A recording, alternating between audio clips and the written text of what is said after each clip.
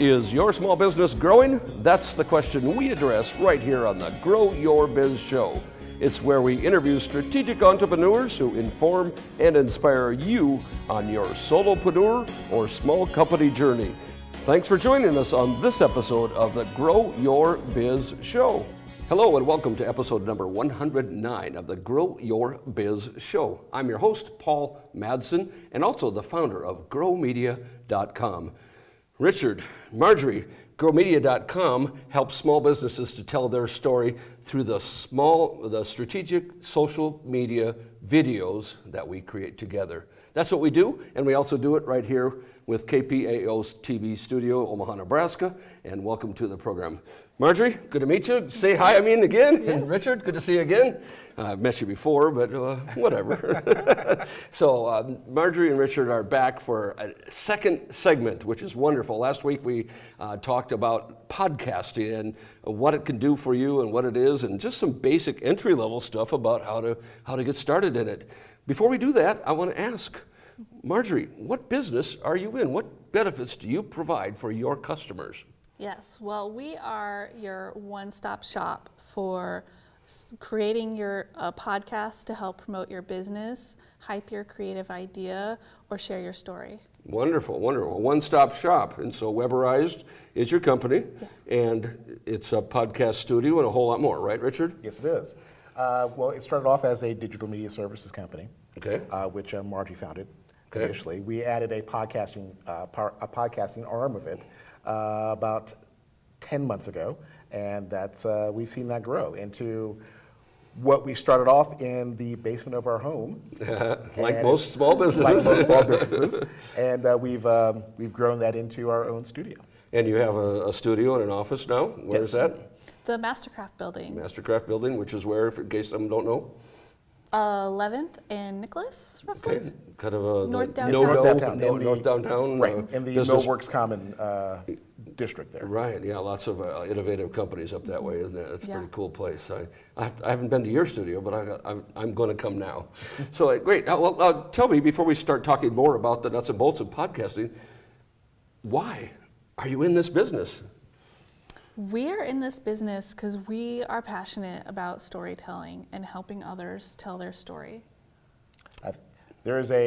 People need a platform to express their ideas, they express their thoughts, they have very interesting stories to tell, and we want to be able to offer that to people who don't have the means or the facilities to do it. Awesome. So you're giving a voice to maybe the voiceless almost, or helping them get there. Helping them get there, absolutely. That's cool. And this show will be a start on that direction. Before we do jump into the nuts and bolts again, would you please tell me, there's a lot of options out there for getting your message out today. Just think of 5 or 10 years ago what options there were for people to tell their story. Not nearly as many, right? Right. Well, since there's a bunch now, please tell me, what makes Webberized different or better than some of the other options? It's our background. Okay. We have a very extensive background in media production. We have worked a number of years in TV news production. We have a background in telling stories, and that, I think, is what sets us apart from any other company out there. And by television production, you mean big league stuff, right? Mm-hmm. We both worked in news from markets as small as Sioux City, Iowa, and as big as Orlando, Florida. Well, okay. That's some major media markets in Orlando and some minor ones in Sioux City, and here in Omaha. And Omaha, Nebraska, kind of in the middle there, right? Yeah. Well, that's awesome. And what did you do for the news stations? So I was a digital content producer. Okay. What I grew into, I started as a production tech and then went over to the assignment desk. Does that mean getting coffee and running paper back and forth? No, I never had to do that. Although running scripts definitely, like on deadline. You got the clipboard and the file folder. Watch out for the water fountain situation. I remember a scene in, I don't know if you're old enough to have seen this show, a movie called Broadcast News. That's what I was referring. And they're running, and someone pulls a drawer out, and they go underneath. Sure. Yep. Yeah. That was you? And not spilling the coffee the whole time? To a certain extent, for those last minute scripts. Yeah. Our production system primarily, starting off, you're running cameras, you're learning how to do audio, you're learning how to edit video. Tape to tape, not the non-linear that we Oh, do well, today. that was years ago. That's not even a thing anymore. Yeah. Right. Right, and so I guess what I'm hearing through all these stories relating to broadcast news, do they make you watch that in your first day of the news job? In college, yeah. Okay, they did. gotcha. At any rate, what I'm hearing is your backgrounds are what you're bringing to this business of yours that pretty much nobody can duplicate. Right. We have special experiences that, we've learned things that maybe someone who came up through a different path wouldn't know. Somebody, and I mean, I've talked to people, even on the show, who have worked for marketing agencies and ad agencies, and they're maybe copywriters and things like that. They're great in their own right of how to tell a story too. However, your backgrounds together, I see as a real asset to really helping your customers tell a story. Well, there's a lot of companies out there that, that have the facility, you go in, you record, and you're done. Yeah. They'll give you a file. Yeah. Well, we can do a little bit more than that. Yeah. If you have an idea, we can help you shape and mold that idea into something that people are going to want to listen to. Sure. Well, and that's where I think people need help. Last episode, we learned of some Yahoo who wanted to start or run XYZ mug company, and we talked about, in case we're not going to reprise that whole thing, but we were talking about starting from scratch on a podcast, and we'll talk a little bit more about how and where to do that as well. Not to summarize everything from last week, because go back to last week's show and check out what in fact we talked about there. It was some of the very first steps. In fact, where did we leave off? We were kind of like, okay, record it out there on a PodCatcher, you said, and then what happens? Well, yeah, okay. So a very bare bones way to do it. Take your phone. You have a voice recorder on your phone. You hit record. You do your 20-minute description of whatever whatever podcast, whatever idea that you're trying to convey out there. And then you want to send it to a I think that's where we left off. That's where we left off. Tell about, Margorie, the idea of a paid versus a free PodCatcher, because we need some kind of technical intermediary to go from my voice recorder here to the internet. So when you've recorded something, you've made an audio file, and then you have to find a place for that audio file to live. Gotcha. And so that's what's called a hosting service. Hosting, okay. And there are paid ones and there are free ones. And you just have to do a little research as to which one offers you the features that you're looking for, whether it's analytics or storage space or what are analytics? Why do I care about analytics? How many plays you're getting. That's kind of a fun number to look at. Yes. And then where people are listening from in the world. Interesting. Yeah. And then also how people are listening. So are they using the various podcatchers like Spotify or Pocket Casts, the app, or Apple iTunes, the how Apple they're getting the Podcasts. content. Yep. Yeah. So how they're listening. And then there's other hosting services that'll let you embed like a player into your website. So that's how you can integrate it into I love that. keeping your website dynamic.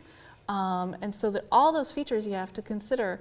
And then if you're using a free service, there's different things. When you're using something for free, you become the product. So whether or not you want to give up that amount of control in order to use a free service. What am I giving up if I use a free service? Well, some of them can put ads on, on your ad. Let's say I have a podcast about peace and peace issues and non-resistance, and all of a sudden there's an ad for rifles and guns on my. You may not really want that. Yeah, you can lose that control. So you'll find with a lot of hosting companies. Yeah, the hosting companies are the ones that You choose hosting companies. Yes, yeah. So you choose which one based on the features and services. You're What do you choosing recommend for your customers typically? I mean, Well, it all depends. and there's no two customers the same. I know. There are so many different levels with each hosting company. There's a bare bones level, the cheapest level, or you can have a very professional level, which is going to cost you a whole lot more. Right. It all depends on what you want out of it. There are so many different bits of information that you can get out of this and what they can offer you. Sure. Well, what is an RSS feed, and do I have to care about that? Yes. I do. So, okay, she's waiting for that question. Because that's the component that. What does it stand for, and what does it do? Real simple syndication. Is what it stands for. And my podcast host won't just handle all that stuff? Kind of. So when you choose one, typically it'll provide you the RSS link. And what that link is, it's a whole bunch of information about your podcast, where the file is, where your artwork is, and it's telling these podcatchers where they can go and grab it. And so what you have to do, and what some of these hosting services will automatically do for you, is submit your RSS link to all the different podcatchers. So then it's aggregated automatically. And you want that, right? Yes. And how do you get that? So you choose the service that provides it. And you probably have to pay for that, I'm guessing. Typically, I mean, how much money are we talking about? Last episode, I formed XYZ Mug Company, and my budget is pretty little. I just rambled for 20 minutes about the passion I had for making mugs, and I chose Spotify. Is that a podcatcher? So, no, that's a delivery. Spotify is a podcatcher, and so it is just reading RSS feeds and aggregating them. Your sound file lives on your host, so that's something like SoundCloud or Libsyn. So I chose my SoundCloud host, but then I have to pay for, if I want the best, the hosting. And then you can submit to all these podcatchers for free. Gotcha. Some hosting services will do that part for you, and you don't have to worry about it. But it is a pretty simple, it's just a little time-consuming process to go to each podcaster and just copy-paste your link in. Sounds a little complex. I wish there was a company out there that would do this for me. Really? Yeah. Do you know of one? That's what we do. Webberized, Well, yeah, and we're not going to bury too deep in tech talk here, but in general, it's getting your content made, getting it hosted, choosing what did you call the next step? A hosting service. Hosting service, and then it's out there? And then your hosting service either automates that process of getting it out there, or you go do it yourself. And then yes, it is out there. Then your friends and family can search for you and find you. Right. Before we talk about marketing my mug show, let's talk about some of the quick tools you brought. Some of these tools. Last episode you mentioned, you held up your phone and you said, that's right, everybody has what they need to start a podcast right here, if they have a voice recorder or an app downloaded. Right. Richard, tell us about some of this stuff and how it might help, or how you folks use it to do your thing. Now, what we chose is the Rode Procaster kit.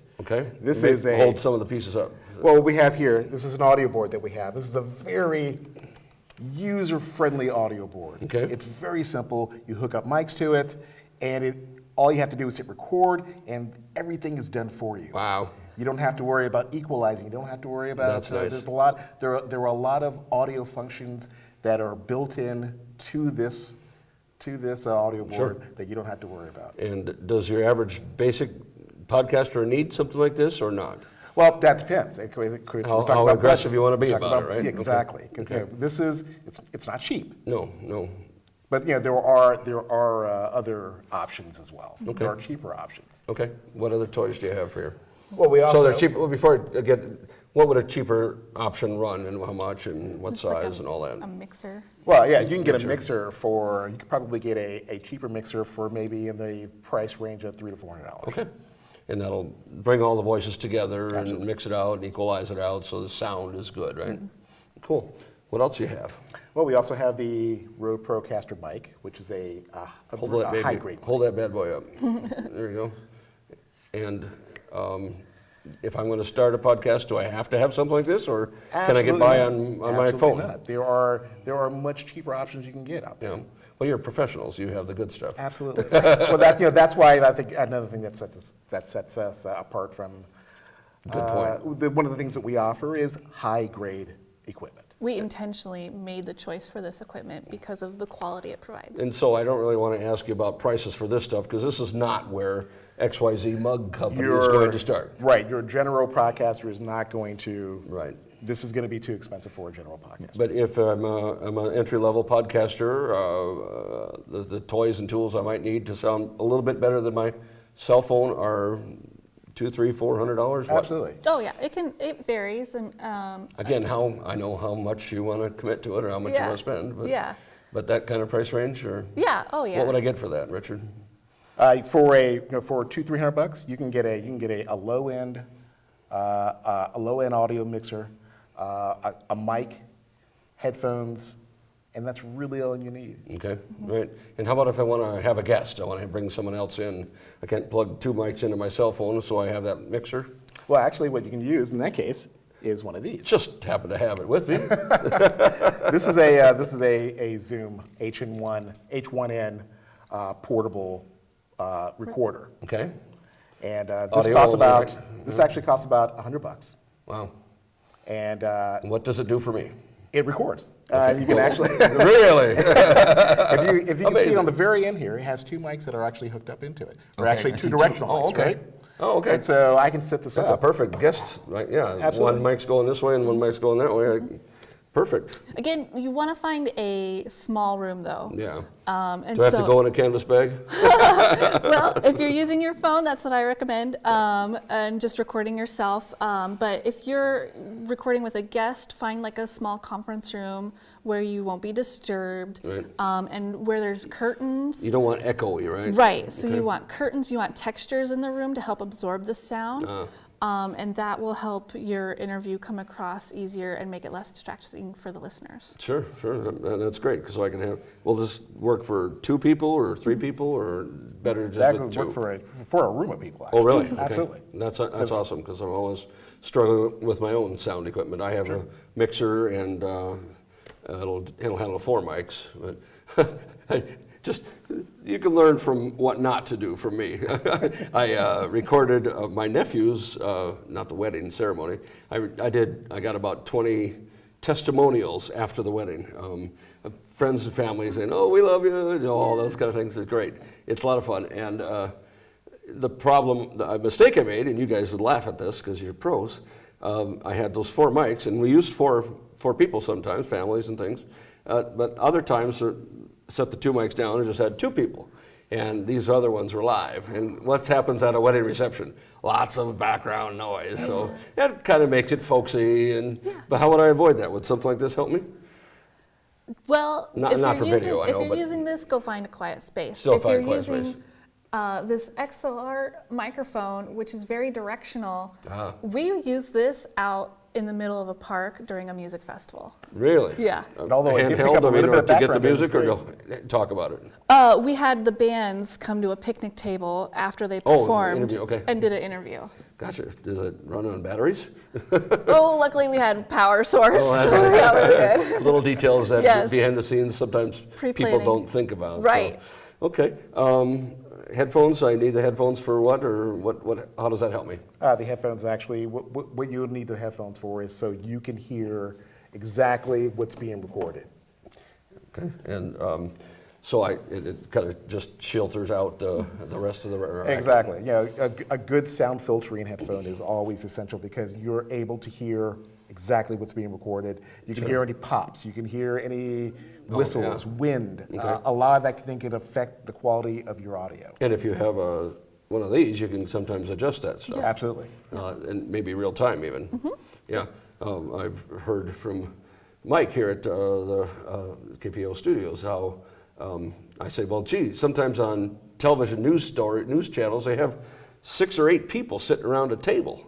And they're all mic'd up, and they're all jabbering, interrupting each other, and Mike says how that often has, a professional sound person working full time, bringing the mic volumes up and down, up and down, up and down. That has to be nerve-wracking. It's called writing audio. Okay, there you go. You're right up your alley, right?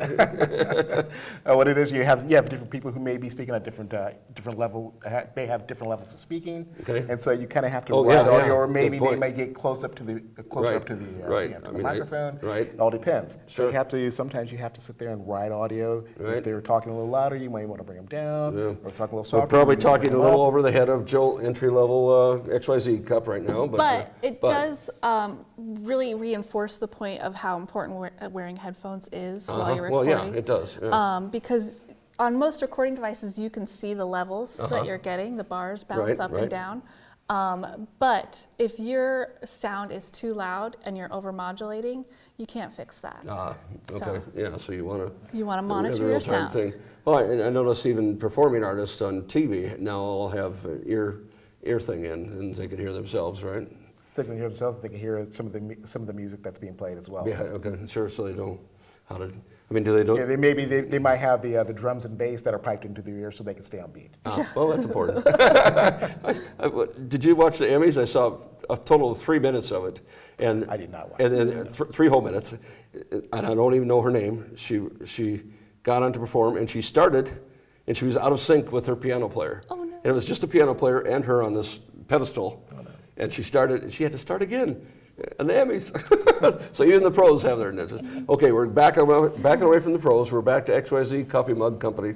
And I now know some of my equipment and what I need to do with it to get out there. I think the easiest option is to call Webberized to put it all together. But thousands of people have figured it out. I'm sure there's 16-year-olds with podcasts that they have lots of success with, and of those 700,000, I'm sure there are a bunch that way. How do I get my podcast known? Now I have it on the hosts and on the catchers and all. How does anybody find me? So that's basically phase 2.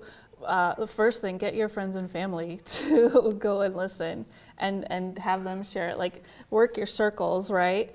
But the main work of it is your social media presence and how you're incorporating that. So there's a lot of things people use are called audiograms, and they just take like a tease, a quote, or a soundbite out of their whole podcast, and just make little clips with it. And put that on their social media? Put that out on social media. Do I have to know how to edit to do that? A little bit. A little bit. There is a site. You know, there's editing features on my phone. Yeah. On this very audio recording right now that we're using right here as we speak. Chop it up. You can see the bars bouncing up and down. There's an audio feature, and that didn't even download anything. It came with the phone. Right. And so it's it doesn't have to be that complicated. It doesn't have to be. I think a lot of people don't quite understand that. Yeah. They have the means to do it. It's right there in your hand. Everything you need is right there. Well, why are young people so good at all the technology and social media stuff? Why? Because they don't care about failing. They just jump in and do it. People my age and who knows, 40 and over, I don't know, we worry about, it's going to break something or it's not going to work. And I think if we just get in and experiment like you're saying, then we're going to learn it, right? And these tools aren't that complicated. So I've got my snippet. Yes. I recorded my conversation on my phone. Maybe I edited it, maybe I didn't, but I have a snippet. How do I get it onto LinkedIn or YouTube or Facebook or Twitter or Instagram or Snapchat? All of and which ones do I want to put it on? Well, I know that's another 2-hour show, but that's the number one question you have to ask yourself too, though, is like, what are your goals and what you're trying to accomplish? And so if it's brand awareness related to your business, you definitely want to upload it to LinkedIn and then Twitter. And if you're doing something that's event-based, definitely Twitter and live tweet a lot. You know, tweet while you're... And you're big on Twitter for business? I do. Like Twitter, I like to emphasize events and things that are happening in the moment, because Twitter is so Twitter's fast. Perfect for that, yeah. And then when it comes to Facebook, you know, you can get a little more in depth with it, maybe slightly longer posts. Do I need to create a business page for my Facebook?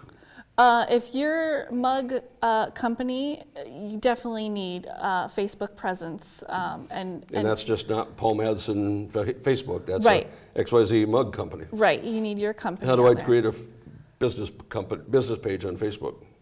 Go to create page in the upper right side of the I'm serious because you know people are intimidated by these things, and I was at first myself, and that's why I'm asking the question. Yeah, no, it's a good question, and Facebook has really streamlined how easy it is to create a business page. Just remember, you need like a profile image, and then you need cover image, and you're pretty much good to go. I have a question backing up. So I have my snippet, I edited on my phone, my chat with 30-second chat with you two, and I want to put it on my LinkedIn, which I do, and I will. How do I save that snippet somewhere so I can, when I open that open that Facebook or whatever, and it says, you know, I can't remember the words it uses, but find a video or find audio or find a whatever. How do I save this snippet to my computer so I can find it and paste it in my social media? So you're going to need some kind of extra app that lets you edit a short little video. I like to use, it was free, it's called Splice. Okay. GoPro made it. Okay. And so it'll let me add like a graphic, and then I can put the audio underneath, and then I just export it as a video. Yep. And then for LinkedIn, I just send it to my desktop computer and upload on my desktop. So when it asks you to upload, then you grab it out of your computer, documents or videos or whatever, paste it there, and all of a sudden I have a snippet, an audio I made on my phone, edited slightly, on LinkedIn. Yep. And of course I want to probably post it more than once and all that. And the world will beat a path to my door. Not necessarily, but there are ways to get people to listen to you outside of the people that you may be friends with or you may be connected with on social media. There are other groups out there that you may want to become familiar with. Well, absolutely. I mean, there are, like, again, there may be a mug Facebook group. Oh my gosh. We'll create one if there's not. Right? Exactly. Yeah. I mean, mug lovers. Again, I wouldn't doubt if there was one. It probably is. So it's like real world networking that you're doing online. Right. You know, which is just as important. And, and it's important too to be authentic and your real self and not like super selly about it. Right, right. And I've heard people say something like it's two or three parts advice and helpfulness, maybe one part salesy or whatever. And most people a lot of people don't even put any salesy stuff on there. They just hope to be helped. That's kind of the freemium model of this show. You know, this is not a money-making thing. This is a placeholder. Right. So that's what we do. Well, we have a whopping 30 seconds left. Marjorie, can you give us any kind of quick summary of what good social media strategies are there for people when they start this process? Don't be afraid to do it and try it, test it, see what works, because everyone's audience is different. There's no set rule. Lastly, Webberized, what can you do for me with my mug company? How can you help me? We'll create your podcast. Without all this, having to worry about this stuff. Well, that's great. Well, we'll have your contact information on the show notes, of course. And Marjorie, it's been great to talk to you. Pleasure. Richard, good to talk to you. Thanks for coming out. Thanks for having us. And that's a wrap for this week's show. I think this has been one of our most practical shows ever, because I'm going to watch the show. It's a little webinar, isn't it? Yeah. Well, that's awesome, and so I hope that's helpful for you. And you go ahead and get your voice out there, whether it's with your phone and a raw and rough thing, or whether you use professionals like Webberized. So thanks for joining us this week. Check out growmedia.com in order to find out how we can tell your unique story with video. And we'll see you next week. In the meantime, go on out and grow something.